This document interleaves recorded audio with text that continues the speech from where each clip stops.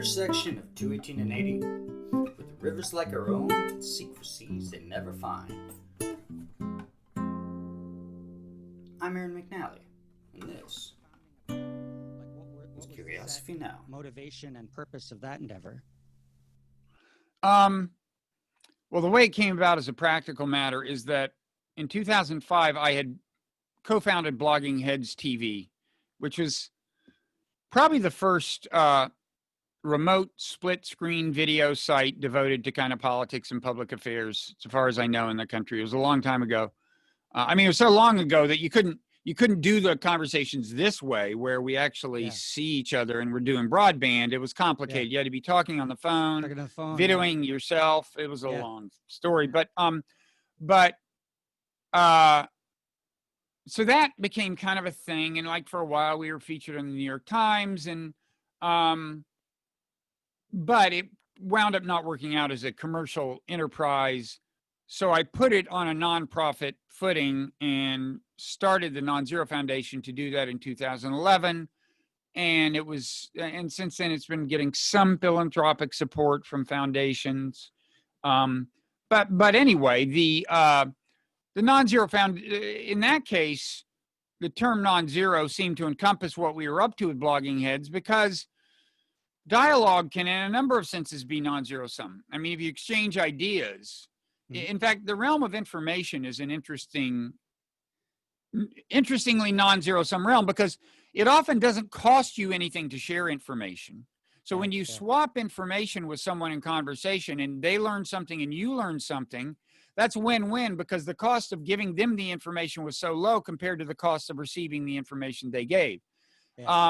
So in that sense, dialogue, which is what Blogging Heads was all about, is non-zero sum. But also the idea was, if you bring people together from differing perspectives and they come to understand each other's perspectives better, that can in turn facilitate larger non-zero sum interactions. Like they can decide to collaborate on things, or they can decide to something they don't have to fight over. So, that it made sense to call the foundation the Non-Zero Foundation. This was 10 or 11 years after I had published the book Non-Zero. I already had nonzero.org as a domain name. And that is still where the newsletter is, by the way. That's where people can go to read the newsletter, or to read pieces from it, or subscribe to it. It's free. Did you hear that, everybody? Nonzero.org. .org. Free. You should also give him money as well. There is a Patreon page for the Non-Zero Foundation. Funny you should mention that. Yes. So that gives me two different ways I could go. One is that in your book, Non-Zero, you talk a lot about information and information technology. The whole bit on the Reformation and everything is really fascinating, which it just occurred to me that the Reformation it triggered an echo. I just recently read Three Scientists as well, and you talk about information. You talk about the etymology of information, and reformation must come from the same word. But anyway, I digress on that. You mentioned how non-zero sumness is defined in the appendix of non-zero. It's this sort of energy. It's this creative thing. And you were saying, like in the dialoguing, you can create things. There's not, it doesn't cost anything to create an idea in that conversation. So it seems to me that your entire enterprise doing I guess this is kind of what you just said, but your whole enterprise in doing Blogging Heads and Meaning of Life TV is motivated by this kind of ethos of generation. Is there some sense in which you're doing your creative work, your sort of writerly work, your sort of journalistic work, not as much in written form as you used to, but are now doing it more in performative oral conversational form? That is, at the moment, that is a true statement. There's some question as to whether it should stay like that. But at the moment, especially because the newsletter, which had been on a strictly weekly basis, has become a little more irregular. and I've upped the ante on the podcast. So I've like the last couple of weeks I've been doing 3 a week, and well, actually 4 if you count correctly. And Are you so counting that the is parrot room as separate? I'm counting the parrot room. Yeah, so I do this conversation with Mickey Kaus every week, and then that has its Patreon page called the Parrot Room, and people who patronize it can enter the Parrot Room, where Mickey and I have a second conversation where we say even more ill-advised things than we say in the public conversation. But anyway, yeah, I'm counting that. I've been live streaming for the last few weeks a conversation about kind of mindfulness and cognitive empathy. Cognitive empathy just means like perspective taking, not like feeling somebody's pain, but just understanding the perspective. And that can really be helpful in trying to play non-zero sum games well. Anyway, short answer, yes. Oh, absolutely. Yes, more podcasting, less writing. I kind of feel that I should find a way to more efficiently feed the podcasting into written stuff, and written stuff that leads ultimately to another book before terribly, terribly long. It's been 3 years since I published a book. I can see that. And I'm not getting any younger. The only reason I ask is because it does seem like the people you choose to interview for the Right Show is this huge array of topics, but they're all somehow interrelated. If you know Robert Wright's trajectory as an author, you can see how an interview about materialism or panpsychism fits in with this series you're doing on foreign affairs. Actually, do you want to talk about that? You seem to be, if I'm not mistaken, on the Right Show doing a whole series right now of interviews specifically as they pertain to international affairs. Is that correct? That is correct. I'm doing a series, and that's something that actually has some philanthropic support. That's something we're doing with the support of the Carnegie Corporation in New York, which is just a foundation, and it's just a series of very cool. It's just a series of foreign policy conversations from across the board. That I so far I've talked to somebody who of the ideology known as realism. I've talked to a couple of liberal internationalists. Only one of those has run. Ultimately, I want to talk to neoconservatives and all stripes of people about what they think America's way of engaging with the world should be. And then also I want to put some of them in conversation with one another. And so, yeah, that's a thing. But that's also, I mean, that's something that I would enjoy doing, even if I had no support for it. I might not be able to do it if I had no support for it, but it does speak to one of my principal interests. I mean, foreign policy and the, in my view, wrong-headedness of much American foreign policy is a real focus of mine. I remember I watched recently a couple of old dialogues you did with Mickey about as we were, maybe we had just entered Iraq, or maybe we were just about to. There were some pretty intense conversations. I really appreciated your dedication to trying to get it right when it was happening.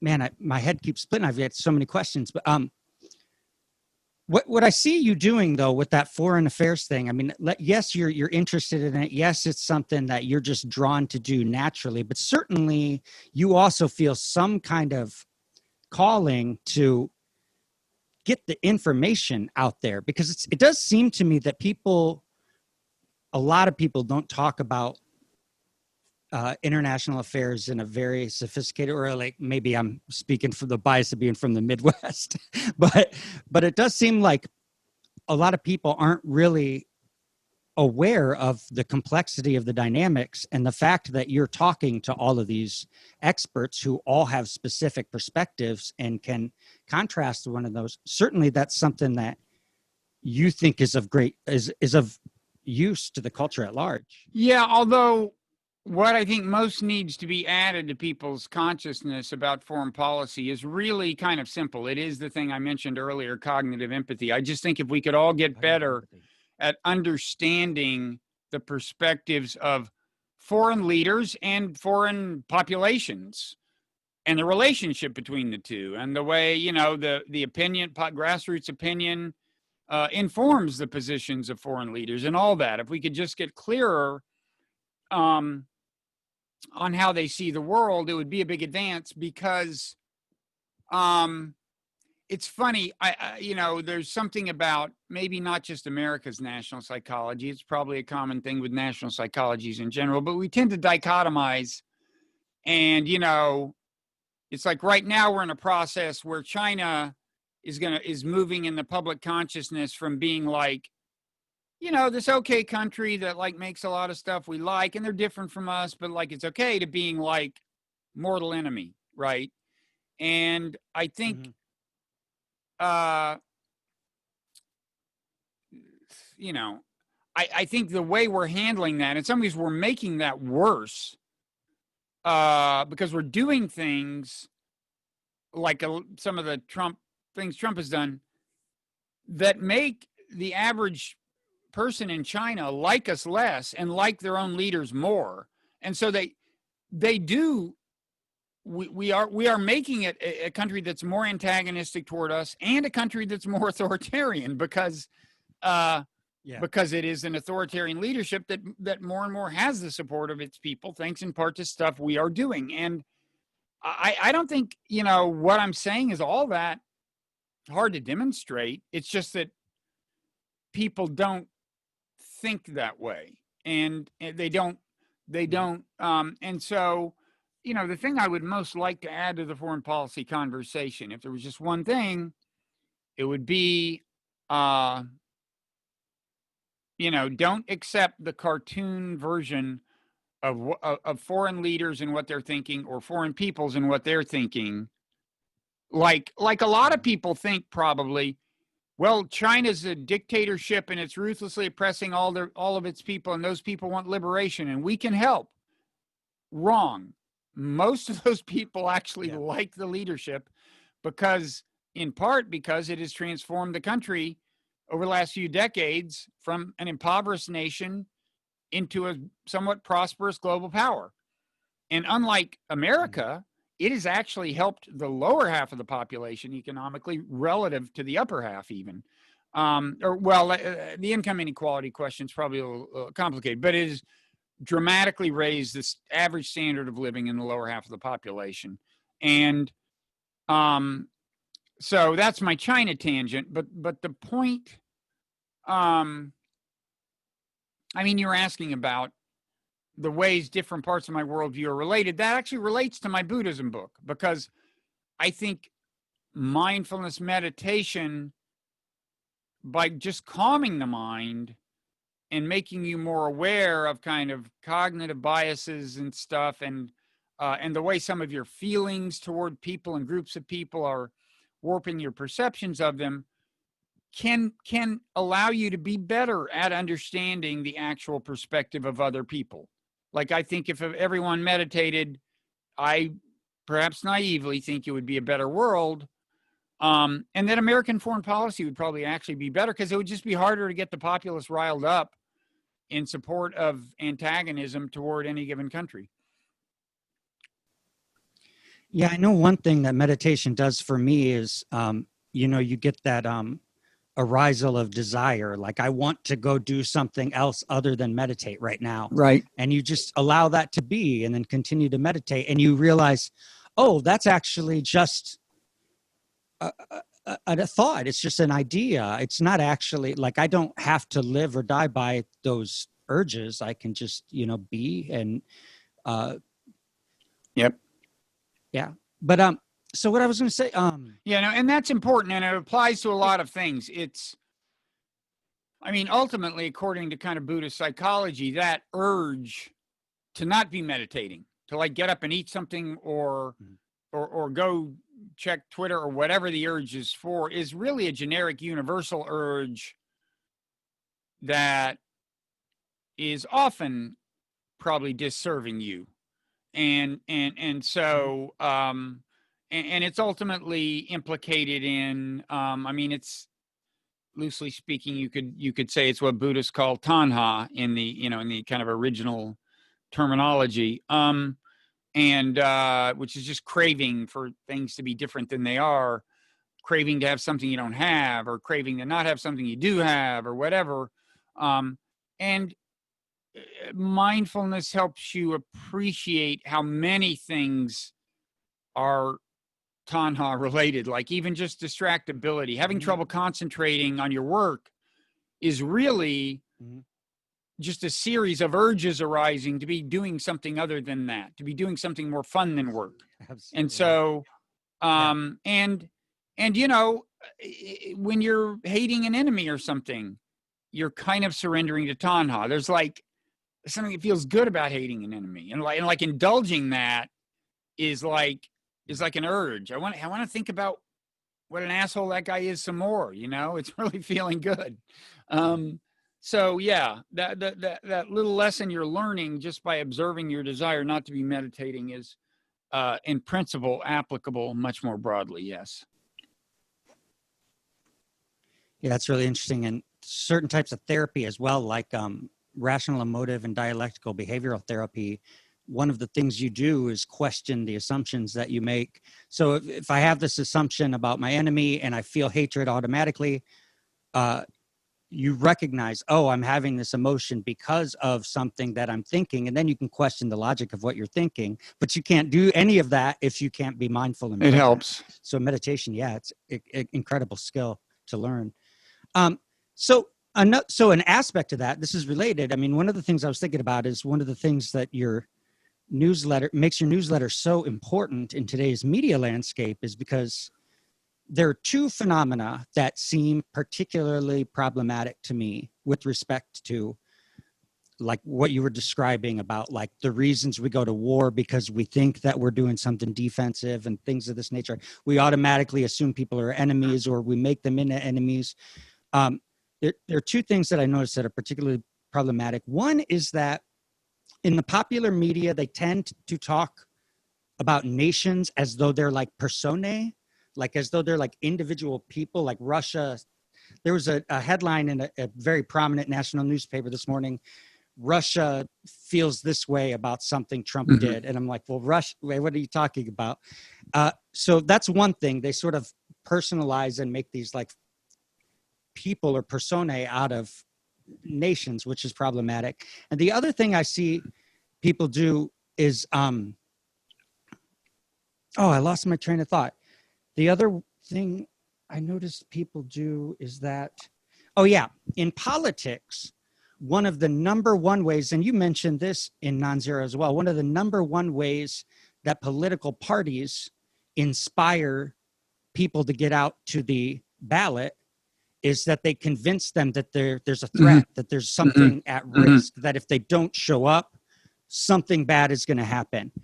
And then, there's a whole, as you know now, I mean, the media ecosystem is such that there are whole news outlets that seem to be partisanally aligned. So you have these two really destructive things. One, that we're thinking about nations in these singular ways, and two, that we're constantly creating these narratives about politics that we're confronting this grave danger. I was wondering if you could speak to those two issues. I think they're interrelated in a certain weird respect. Yeah, I mean, I think I mentioned earlier that we are doing some things to China. Well, some of, like when Trump says he's going to ban TikTok, going to ban WeChat, an app that, by the way, is a real lifeline of communication between a lot of Chinese and their friends and relatives in the West. For a lot of them, there's not an alternative to WeChat, a practical alternative as a way to communicate. When he does those things, yeah, it is seen as threatening in part because it inherently looks a little offensive, but also because, as you suggest, leaders like to seize on those kinds of things, like in this case, it would be the leadership of China, to convince people that they're under threat, because that tends to strengthen the devotion of the people to the leaders. I mean, as we tape this, there's this unrest in Belarus where the leader seems to have done various crooked things. I mean, various, kind of, I mean, he held what was not apparently a fair election. And a lot of people are unhappy about that. And what he's doing is trying to convince them that, like, NATO is massing at their borders to invade, I mean, and so, yeah, they leaders use, I mean, and sometimes they just invent the sense of threat, or invent the evidence of the threat. But the more evidence, the more basis you give them for making the claim, sometimes the worse off you are. I mean, I should just say that in general, I mentioned Buddhism, and Buddhism just emphasizes how often we are not seeing the world clearly. That's a big part of Buddhism. And evolutionary psychology, which I wrote about in The Moral Animal, by my reading, does the same thing. Emphasizes that the mind was not designed necessarily to see the world clearly. It was just designed to help genes get in the next generation. And, I'm happy to see that on the one hand, we're hearing more and more about how unreliable the mind is. I mean, like, cognitive biases have been more in the news in recent years and so on. But I guess the thing that needs, there's something missing in the, there's something, there's a step people are not taking in terms of applying that practically to the way they read the news, the way they think about the world. And it just seems to me that we're at a point in history where that's what needs work. We understand more and more about how the mind misleads us. A lot of the dynamics I've been talking about, mistaking defensive moves as offensive, or mistaking moves that are intended defensively as offensive. I mean, for example, well, I won't bog us down with examples, but all that, a lot of this is pretty well established, either in the psychology literature, the political science literature. But I think there's a tendency of people to kind of read about it and go, oh yeah, people are crazy, aren't they? And, like, not really take seriously the idea that these kinds of perceptual and cognitive biases are shaping their view of the world, and the idea that people are using these biases to manipulate them, in effect. People who, with a certain ideological agenda, are in effect misleading them. I mean, including the people who are claiming that they are being misled by others. It gets pretty complicated, but there's a big gap between what we know about the human mind and how people are applying the knowledge in ways that could not just improve the world, but could improve their lives. Could make life easier for them, could make them less likely to go crazy, and could make life richer and more meaningful. And I don't think I have figured out exactly what to do about it. Well, it's kind of interesting. Maybe we just try to understand what the forces are that led it to be what it is. I mean, is it certainly globalization has a role, and certainly technological development has a role. And I think probably also capitalism has a role, and market forces. Somehow people have become conscious of a whole lot of information, much more so than, the typical semi-literate person from 50 years ago just didn't have the same kind of global consciousness, I don't think, in terms of I don't know, just even think, like, I don't even know if someone would have thought about China, like a working class person 60 years ago, the same way that they do now. And it gets weaponized by politicians. So it seems like there's this globalization plus technology plus market forces seem to be like a kind of strong combination that how do you even conceive of combating it? Yeah, well, I mean, we definitely have access to more information than we used to, but the other thing that's happening is the just a rapid pace of change, and I think that's an issue that you know, and I think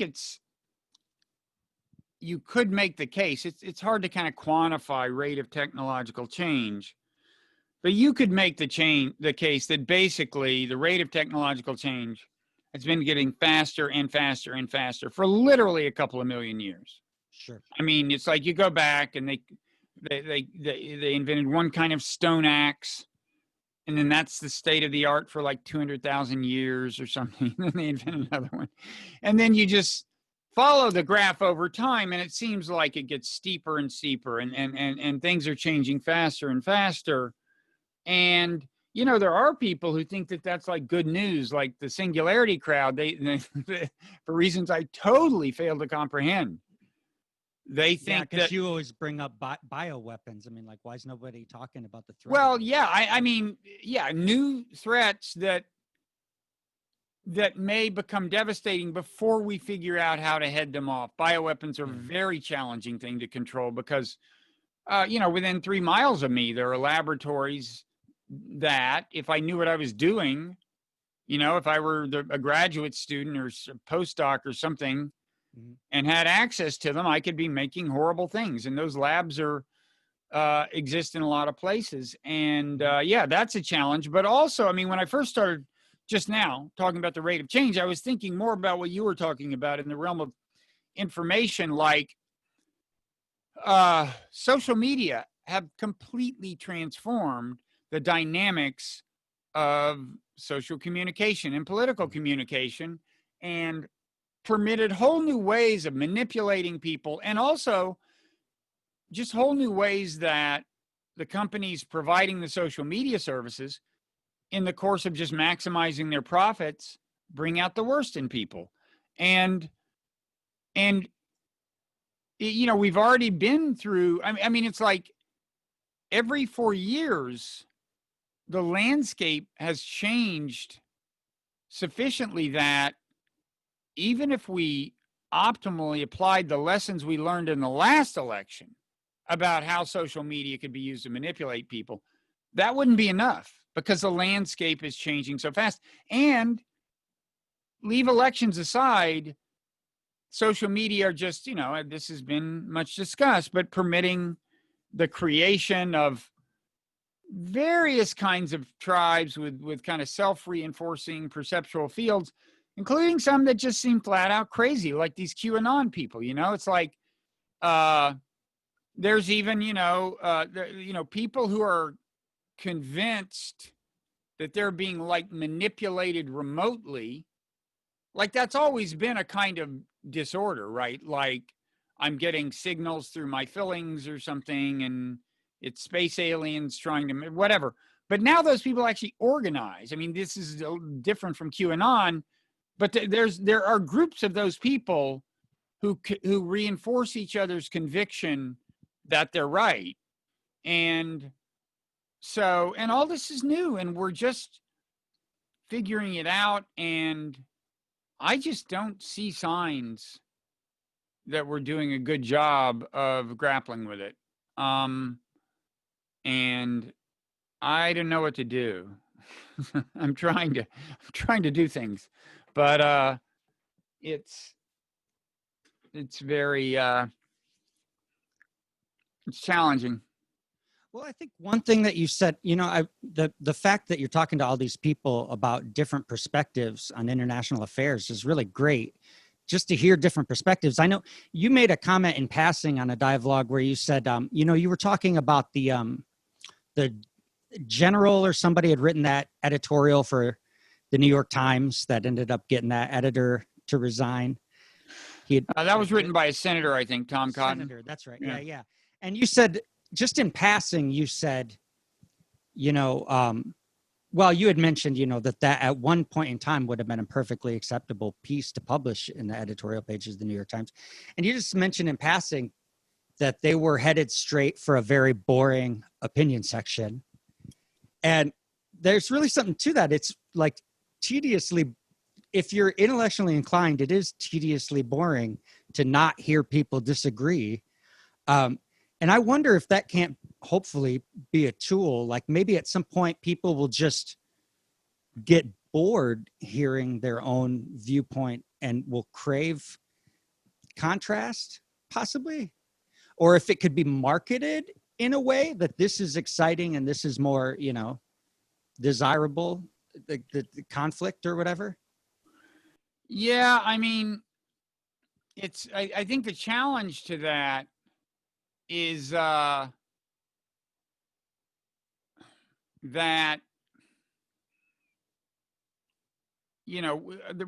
now it seems like the way the social dynamics of social media work, in an area that's somewhat polarized to begin with, and that goes back before social media. I mean, America has been becoming more partisan and more kind of negatively partisan for decades. By negatively partisan, I mean you define what you believe in by whatever the other party doesn't believe in, because one thing you know for sure is you don't like them.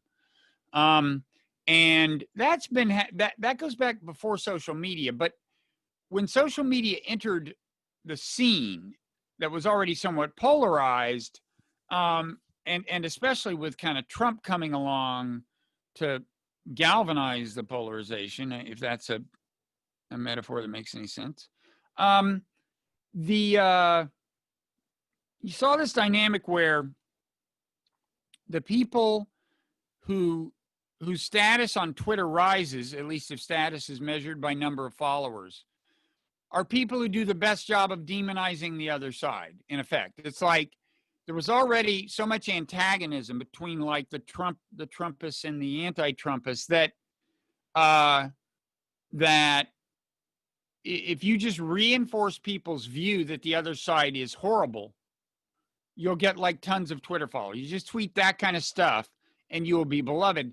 And once that kind of dynamic is in order, is in motion, it's this positive feedback system where the most antagonistic voices get the most power within each tribe. And that increases the antagonism, which in turn strengthens the logic behind that dynamic that elevates the antagonistic voices. So right now, I think we're still kind of in that cycle. And I think that's what is keeping opinion sections in various places kind of boringly homogeneous. Is just that like people, that's what gets the clicks. It's once society is this tribalized, people divide, any given media outlet is probably in one tribe or the other. The New York Times is basically in the anti-Trumpist tribe. And if they want to maximize clicks, they don't run a whole lot of stuff saying, can we just look at things from the point of view of a Trump supporter? They do sometimes, to their credit, but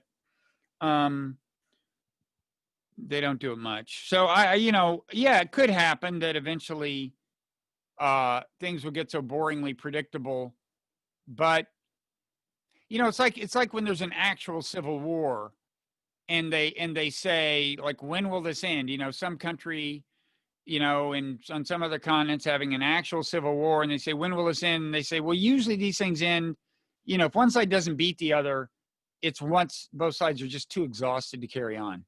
And it's going to be a while before that happens. I don't know what that would look like here. I mean, my hope is that we stop somewhere short of actual organized violence, in other words, actual civil war. But and I think we will. I mean, for one thing, civil war would be very geographically complicated because sure, your average blue state or red state is actually split 60-40 between red and blue. So it's not. I wish I could be more optimistic and say, yes, I think boredom will save us soon, but I'm not sure. No, I think you're right. I think that civil unrest is going to continue at least for the next year. And the question is, to what degree will that manifest in violence and destruction of property? And it seems like in a lot of cities, violence and destruction of property is pretty commonplace. I just listened to Glenn talking to a criminal justice professor about violence in New York and the police situation there, people retiring early and all this stuff. And then on the other hand, you have on sort of Team Trump, you have a ardent cadre of weapons owners, who, I don't know, like you said, geographically, they're probably not going to come from Arizona to another state, hopefully, but, and even if just looking at it from terms of the dynamics, who would they be attacking anyway? So that's, it's not like we have a coalition of states like we did in the Civil War. No, we don't. Coalition of states. I mean, that said, we have come closer than I would like to armed conflict between groups. I mean, we have seen groups assemble with weapons. What we haven't, and we've seen it on both sides. We've seen Absolutely. Black Lives Matter supporters with guns in groups, and we've seen Trump supporters in groups with guns. And what we haven't seen is for those two to come together and violence to break out. But it's a little worrisome. We'll know a lot more after the election, but I don't think there's going to be some kind of miracle healing no matter who wins. No, I don't think so. I'm really worried that Trump is going to win, but I guess I don't want to. I think he could well win. I mean, I think if you could have just, if we were back in the days of the smoke-filled room and party elites just wanted to pick a candidate who would beat Trump, I don't think that would have been hard, but we're not. We're in both parties are now, run by, well, there's a lot of, money plays a big role. Elites play a big role in that sense, but ultimately, primary voters decide. And so, as a result, the smoke-filled room did not get its chance to pick somebody younger than Joe Biden. Yeah, but that's. Do you think that there's anybody who's gonna? I'm just trying to determine whether or not there's enough resentment of that on the sort of progressive left wing of the Democratic Party to either not vote for Joe or to sit it out or to kind of cause trouble that could turn people to Trump or anything like that. I guess we'll see. Yeah, I don't know. He didn't pick a vice presidential candidate that seems to me likely to head off that problem. But it wasn't an easy call. I don't know. I don't consider myself a kind of genius horse race politics analyst. But there's a lot of different ways Trump could win, and there's a lot of different ways Trump could lose. Or at least I think there's several of each. And so I think Biden could win without the thoroughgoing support of the true left. But it would help if he had it. I don't know. As we tape this, I don't know when it's going to run. Of course, it's the first night of the Republican convention. I'm sorry, I just don't have any idea what to expect. All I know is that it will be engrossing in some sense or another. So I don't know. If you figure out a solution to the problem, let me know. And I kind of mean that. I'm looking for, I do have I have a podcast. I have a newsletter. And maybe they could be better deployed. I'll tell you, there's just one thing that I just keep thinking about, and that is, you've got this section in Non-Zero about in praise of barbarians. And you've got the chapter is called "Our Friends the Barbarians." It's my favorite. It's one of my favorite chapters. I encourage people to read that chapter. You should absolutely read that chapter.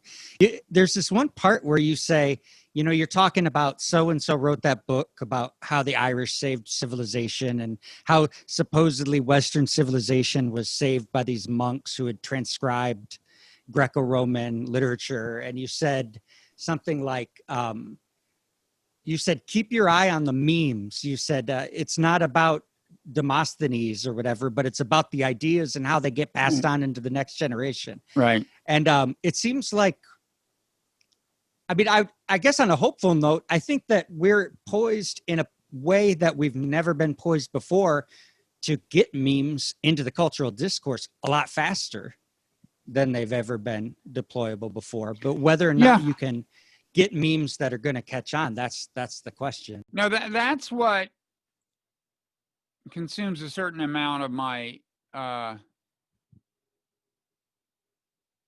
reflection. I mean, it seems like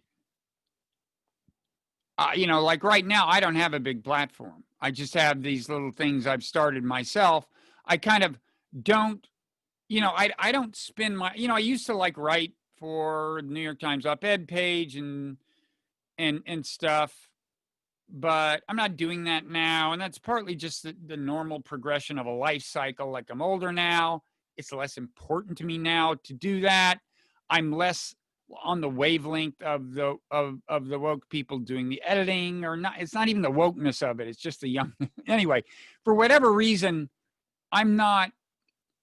And I also, one reason I am not so focused on that is I realized at some point, like, when you spend your time placing things on big platforms, you really should ask yourself whether you're having any impact at all. What I mean is, like, the New York Times op-ed page, they have their ideological frame, right? And it's like I used to, like, I would write pieces for them that, I was proud of, because they'd be like, hey, folks, if you want to know why these terrorists are shooting up nightclubs in America, they keep telling you. They're pissed off that we're bombing their countries, and it's like, and I thought, well, that's not a very common message on the New York Times op-ed page. It's great that I'm getting it out there. But then I realized, like, in truth, it's probably more like they're willing to run one piece a year that says that. And if I don't write it, they'll just run somebody else's. In other words, it's true that I'm getting a lot of more eyeballs when I write for a mainstream platform, but it's almost like the overall composition of views expressed on a mainstream platform is a given. And if I drop out, it won't change. They'll just find somebody else to say what I was going to say. That's an oversimplified view, but it is the case for tending to your own small platform rather than, because then you can at least, say whatever you want to say, more or less. And maybe maybe you can wind up altering the overall discourse a little more than you would if you were writing from the major platform. Anyway, to get back to what you were saying, I forget exactly how you said it, but so it's a small platform, but you do see these cases where people break through with a meme, like, or suddenly, like, oh, Jordan Peterson, where the hell did he come from? He came from somewhere. And so you think, well, maybe there's hope, even if my perspective seems to be getting almost zero airtime, like my perspective on foreign policy. Maybe there's some way to make it break through, after all, there are natural allies out there. There are other people who should, and in fact, there are more people, I would say, that I relate to on the foreign policy thing about the perils of American military intervention and how screwed up the foreign policy establishment is. There's more like-minded folks out there, but I do kind of think like, yeah, maybe it's you just, there's some way you could put things, or some group of people you could have discussing them or something that would suddenly command a lot more attention than anything I'm doing is commanding now. That is the great hope in the modern technological environment, is that you could be, your meme could be the next blue dress, gold dress. What was it? Blue dress, gold dress. You remember that meme? I don't know. Oh, it's because some people saw one color and other Right, people saw right. another color. Yeah. Yeah. Anyway, so Well, I wouldn't discount the importance of the fact that you've created these platforms with Blogging Heads and Meaning of Life, that so many people are having conversations on that platform, and legit conversations, not like legit intellectual, critical conversations. I think that that's generating, at the very least, you're generating an environment for ideas to emerge. And even if that was the only thing you did, it would be a great contribution. So I just want to say that to you. well, thank you. I'm glad you feel that way. Yeah, it's not nothing, but geez, you look at the forces you're up against. It's like, I mean, I just saw that like Biden's chief foreign policy advisor thinks that like the status quo in Syria is great. We keep sanctioning this country and we keep troops there for like what reason? Remind me. And that's Biden. I mean, and it's just like, God, so many people know that that's stupid, but what good does it do? Anyway, or so many people believe that that's stupid. That's just the latest example, is like, there's a non-trivial number of people with pretty big followings who are like, why are we sanctioning these countries like Iran, Syria, Venezuela? It's really hurting the people. People are dying. We're killing people. And the hope is what? That the government will collapse and chaos and civil war will ensue? What is the hope? This is crazy. I mean, what you think? I mean, how long would it take you to realize smooth regime change usually doesn't happen? And yet, basically, Trump is pursuing that policy now. And apparently, at least in the case of Syria, Biden will continue. These are our choices. It's like, there are people with much bigger platforms than mine who thinks that's stupid, but you add them all up and it's like a drop in the bucket. I don't want to get too despondent. I'm sorry. Let's end on an upbeat note. On the positive side, we have the Republican convention to look forward to tonight. It ought to be exciting. I'm not going to watch it. I don't watch any of that Enthralling is not too strong a word. Well, Bob, I really appreciate you taking the time to talk to me. Yeah, this is fun. You really brought out the inner Bob, I think. Well, if it really was fun, if you ever want to, I'd love to talk to you about religion and information sometime. Because you got into some really interesting ideas in Three Scientists and Their Gods that set the stage for some of your later books. If we ever do talk again, I'll get around to reading. I haven't read The Moral Animal yet. I think I've read most of the books yet, that's inexcusable. For It every seems member like- of our species, in my view, should read that book. But don't you think I have the gist already from reading the other ones? probably some of the most important take-homes are alluded to or asserted, but I think The Moral Animal really puts you in touch with the evolutionary logic that made us the way we are. And I also think evolutionary psychology is kind of much maligned now, in part because some evolutionary psychologists either are right-wing or sound like it, and that has alienated some people on the left. But and it's easy to state some of the claims of evolutionary psychology in a way that make them easy to dismiss. But what I try to do in that book is really carry people through the logic of evolution and show that even though some of these claims are not amenable to the kind of scientific testing that claims in chemistry or even some other realms of the social sciences maybe, are that there are different ways to examine the claims and amass different kinds of evidence in support of them. And so I tried to make that a compelling worldview. Also, there's a lot of stuff about Darwin in there. You just sold yourself a book. That was all it took. That's what I'm here for. If I've sold one book, this was a more productive than average hour if I sold one book. All right. Well, thanks again, Bob. Have a good night and enjoy the what is it? The convention. Yeah, you're not going to watch it, I take it. No, I'm really not.